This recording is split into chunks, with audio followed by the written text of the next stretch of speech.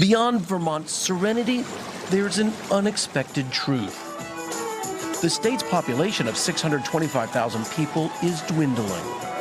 Vermont now inviting millennials from across the nation. So I came across state to state. Take a vacation, interview for a job. I kind of am here to ask you what you could offer. And just maybe stay for a lifetime. We actually have people that have said, I'm going home, packing my bags, and moving to Vermont. So it's working. It's working. We took a trip last February. Tom and Darian Fagan from New Jersey vacationed in the Green Mountain State. Now they call it home. Are you pioneers? Not at all. Very far from it. To their surprise, Darian found a nursing job that pays more.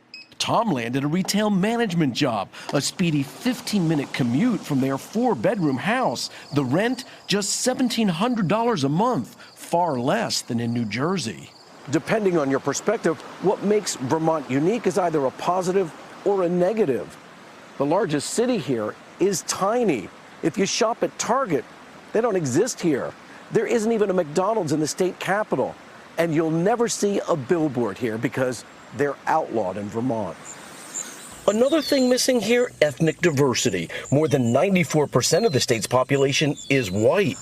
But what appealed most to two Mississippi natives is a feeling that they're wanted. It is a pretty white state, but the difference is the attitude, is the fact that they are welcoming minorities wholeheartedly.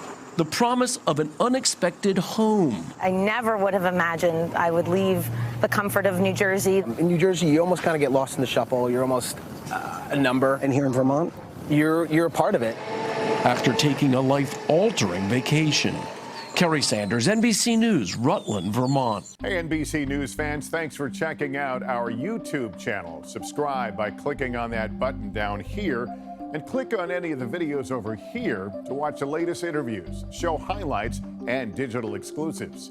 Thanks for watching.